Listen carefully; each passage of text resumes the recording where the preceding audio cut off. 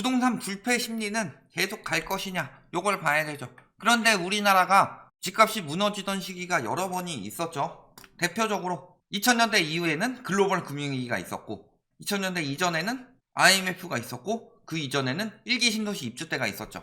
그런데 IMF 같은 특별한 상황이 아닐 경우 언제 무너졌느냐? 자, 일기 신도시 입주 때문에 집값 떨어졌다.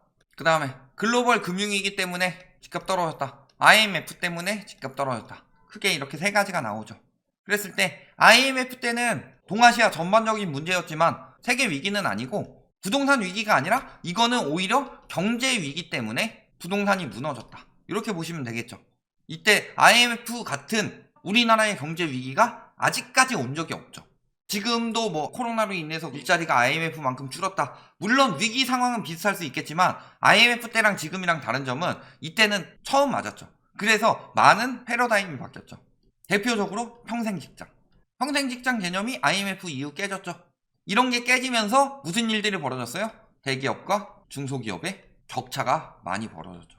그래서 IMF 이전 때 한 80년대만 해도 대기업이 100% 받으면 중소기업은 한 90% 받았고 IMF 직전까지만 해도 한 80%는 받았는데 지금은 어때요? 거의 40-50% 수준이죠. 이렇게 됐다. 그래서 요거는 배제하고 생각을 해보자는 거죠. 그랬을 때 1기 신도시 입주, 노태우 정부에서 1기 신도시 입주를 시켰기 때문에 집값을 잡았다. 물론 영향이 없지는 않은데 저것만이 아니라는 거죠. 두 번째, 글로벌 금융위기. 자, 1기 신도시 입주가 언제였죠? 91년도였죠.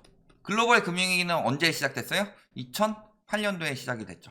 그러면서 이때 뭐 입주가 많아서 떨어졌고 서울 입주는 그때 엄청나게 늘어났다 뭐 이런 건 아니죠. 그리고 규제가 집값 올린다 했는데 노태우 정부 때는 지금보다 규제가 훨씬 심했습니다. 글로벌 금융위기 터지기 전에도 당연히 규제 심한 건 마찬가지고, 규제도 아니고 뭐 입주도 아니고 핵심은 뭐예요? 이때 일본 부동산이 붕괴가 됐죠. 이때는 미국 부동산이 붕괴가 됐죠. 여러 가지 요인도 있지만 글로벌 부동산 붕괴 요인도 충분히 있다. 이 부분을 잘 생각하고 가셔야 되죠. 그랬을 때 당시에 일본은 우리나라보다 훨씬 더 거품이 많이 쌓였어요. 그래서 뭐 도쿄를 팔면은 미국을 사고도 남는다, 이런 이야기가 있을 정도로 일본의 부동산 버블은 굉장히 심했었죠. 그 다음에 글로벌 금융위기 때는 미국의 거품이 우리나라보다 훨씬 더 심했죠. 그 당시에 은행에서 빌려줄 돈이 떨어진다. 지금 우리나라 은행에서 빌려줄 돈이 떨어졌어요. 그러니까 뭐 한 거예요? MBS 증권 만들어서 증권 팔아가지고 은행이 다시 자금 마련한 다음에 또 빌려주고, 그런 형식으로 진행을 했었죠. 그러니까 부동산 시장에 엄청나게 거품이 많이 꼈고, 그러다 보니까 거품이 쭉 빠진 거죠. 그런데 지금은 우리나라의 부동산 거품이 가장 많이 꼈어요. 그런데 외국에서 부동산 거품이 빠진다는 충격이 오면 어떻게 될까요? 일단 중국은 무너졌죠. 심리는 똑같아요. 당시 일본 버블일 때도 미국 버블 때도 각자의 나라에서는 집값이 계속 올라가게 되면은 거품이다 생각하면서도 더 오를 것이라고 생각을 한다. 그런 설문조사 결과가 있었죠. 서울 시민 95% 이상이 서울 집값에 거품이 있다. 오타질이에요. 자, 그랬을 때 의뢰해서 알아봤더니 일반인 중에 74%, 전문가 중에 58% 가까이가 지나치게 거품이 많다고 하고, 어느 정도 거품이 있다는 일반인 21%, 전문가 39% 해서 일반인의 95.9%, 전문가의 97.2%가 거품이 심하다, 이렇게 이야기가 나오고 있죠. 그런데도 불구하고 그래도 서울 집값은 더 오른다. 특히 일반인들이 더 심하죠. 전문가 중에 28%밖에 안 되는데 그 28%밖에 안 되는 전문가들만 계속 언론에서 노출하고 있죠. 아닌 사람 끼케야 몇 명이에요. 김X민 교수, 이 사람은 그나마 좀 자주 나오고, 김기X님, 이X철 뭐 이런 분들 몇 명 안 돼요. 오히려 근데 오른다고 나오는 거 28%밖에 안 되는데 권형, 그 다음에 팀형, 고형, 이형 한 명 아니죠? 이형 있고 이우 있죠? 바카스 좋아하시는 분, 그분 있죠? 그 다음에 또 가비신 분 있죠? 몇 명이 나와요. 그러면서 떨어지진 않는다 결국에. 근데 떨어진다는 사람들보다 오른다는 사람이 거품이 95%라고 얘기했어도 압도적으로 많죠. 특히 어느 세대? 젊은 세대. 자, 60대 가면 오른다는 의견이 30% 정도 되는 반면에 떨어진다는 의견은 30% 넘어가죠. 50대 역시도 큰 차이 안 나죠. 여기 한 33% 되고 여기 35%. 그런데 20대 30대 보세요. 떨어진다는 사람은 10%대인데 올라간다는 사람은 50-60%다. 어떤 수요들이 그렇게 생각하고 있어요? 20대 30대. 왜? 부동산 시장에 경험이 없고 본인이 성인이 돼서 부동산에 관심을 갖기 시작했을 때는 집값이 계속 폭등하고 있었으니까.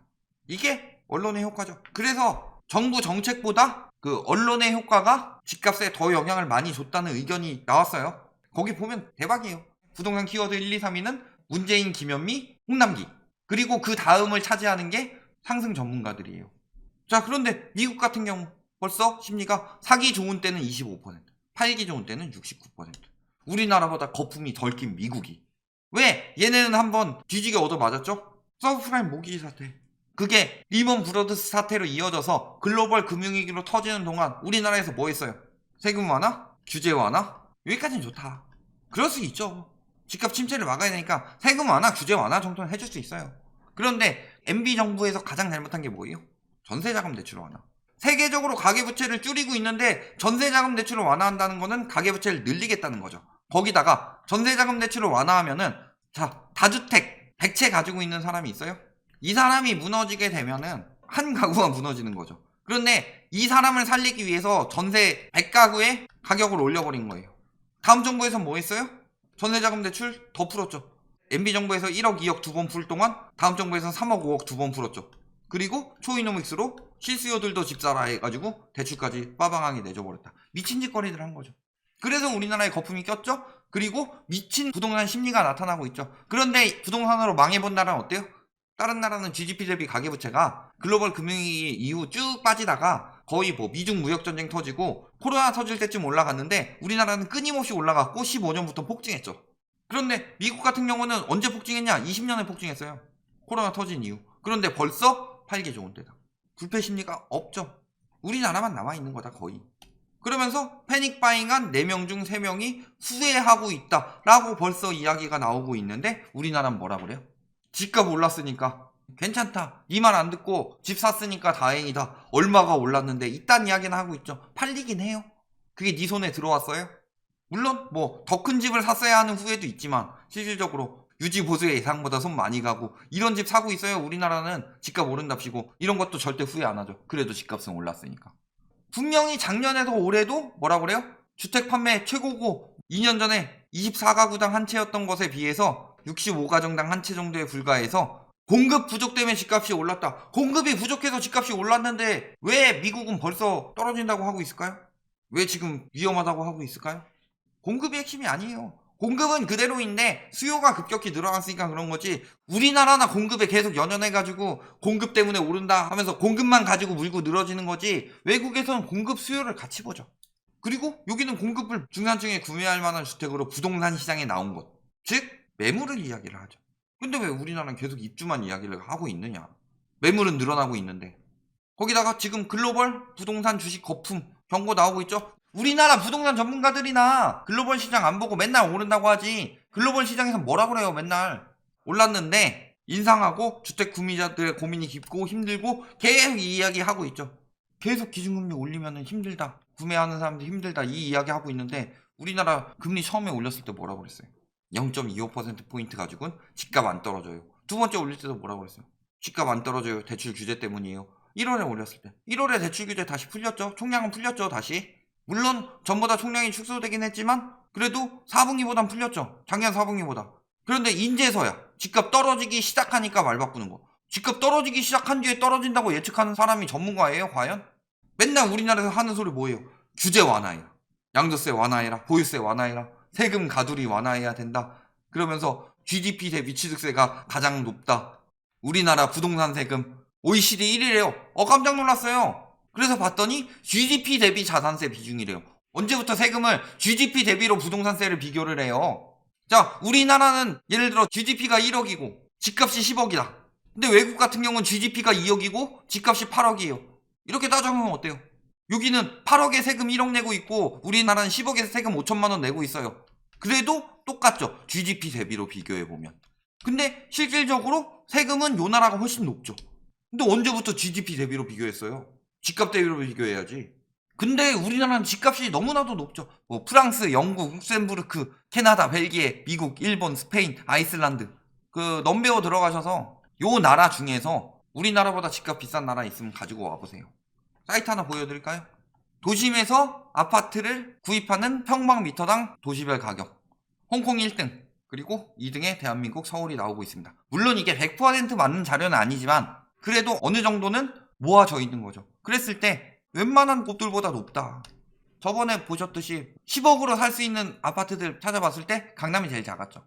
그런 것처럼 우리나라는 부동산 거품이 굉장히 크다. 근데 왜 GDP 대비로 비교하냐? 우리나라는 GDP 대비 가계부채도 높고 GDP 대비 집값도 높고 GDP 대비 시가총액도 높고 다 높은데 집값이 높으니까 세금이 센 거예요. 부동산세를 소득 대비로 내요? 아니면은 집값 대비로 내요? 말도 안 되는 자료를 들고 와서 세금 완화해라 라고 까고 있는 거다. 집값을 낮추면 당연히 세금 떨어져요. 여기서 집값 10%만 낮춰줘 봐요. 0.4% 빠지죠. 그러면 어디까지 떨어져요? 캐나다보다 밑으로 떨어져요. 여기보다 비싼데도 불구하고 10% 빠져도. 그런데도 저평가래요. GDP 대비 집값이 높기 때문에 세금이 높게 나왔고, 그런데 세금은 완화해야 되고 집값은 엄청나게 고평가되어 있는데도 저평가래요. 저 사람들이 무슨 전문가예요? 그리고 왜 서울 집값은 계속 오른다라고 하고 있는데 주택가격 전망지수는 지금 다 떨어졌어요. 다만 아직도 40대 50대만 높게 보고 있고 그 위는 지금 더 떨어진다고 보고 있죠. 심리는 계속 떨어지고 있고 앞으로 더 많이 바뀔 거예요. 특히 이 세대가 지금 굉장히 많이 휘둘렸기 때문에 집값 떨어지기 시작하면은 역대급 거품을 맞은 세대는 나중에 집을 안 산다. 대표적으로 일본을 보면 알 수 있죠. 미국도 그렇게 다르진 않아요. 답은 나왔죠. 결론, 우리나라는 불패 심리가 남아있는데 이 불패 심리의 기본이 됐던 거는 집값 폭등이었죠. 그리고 집값 폭등의 원인이 됐던 건 뭐예요? 가장 큰 원인은 부채 완화로부터 촉발이 됐다. 그런데 이 부채는 세계 추세랑 반대로 갔죠. 그러니까 지금 요 부채 완화가 잡혀가고 있는 거죠. 그런데도 심리는 아직 남아있죠. 하지만 우리나라가 지금 강화하고 있고 지금 대출 규제 들어가고 있다고 하지만 그게 아니라 그동안 완화되었고 다른 나라들은 이미 강화해서 이미 규제가 일상화되었다. 그랬을 때 DSR이 적용된 게 일상화된 나라들은 이미 불패심리 금방 꺼지고 벌써 코로나로 인한 거품이 많이 꼈다. 하락 추세다. 라고 예측을 하고 있다. 그렇다면 거품 더 많이 껴서 불패심리 끝까지 붙들고 가다가 이때 터지면 어떻게 돼요? 더 작살나는 거다. 그러니까 부동산 불패 심리는 끝나는 상황으로 가고 있고 다만 아직은 심리만 남아있을 뿐이다. 이 심리 금방 무너질 수밖에 없죠. 이미 여력이 안 되기 때문에. 여기까지 말씀드리겠습니다.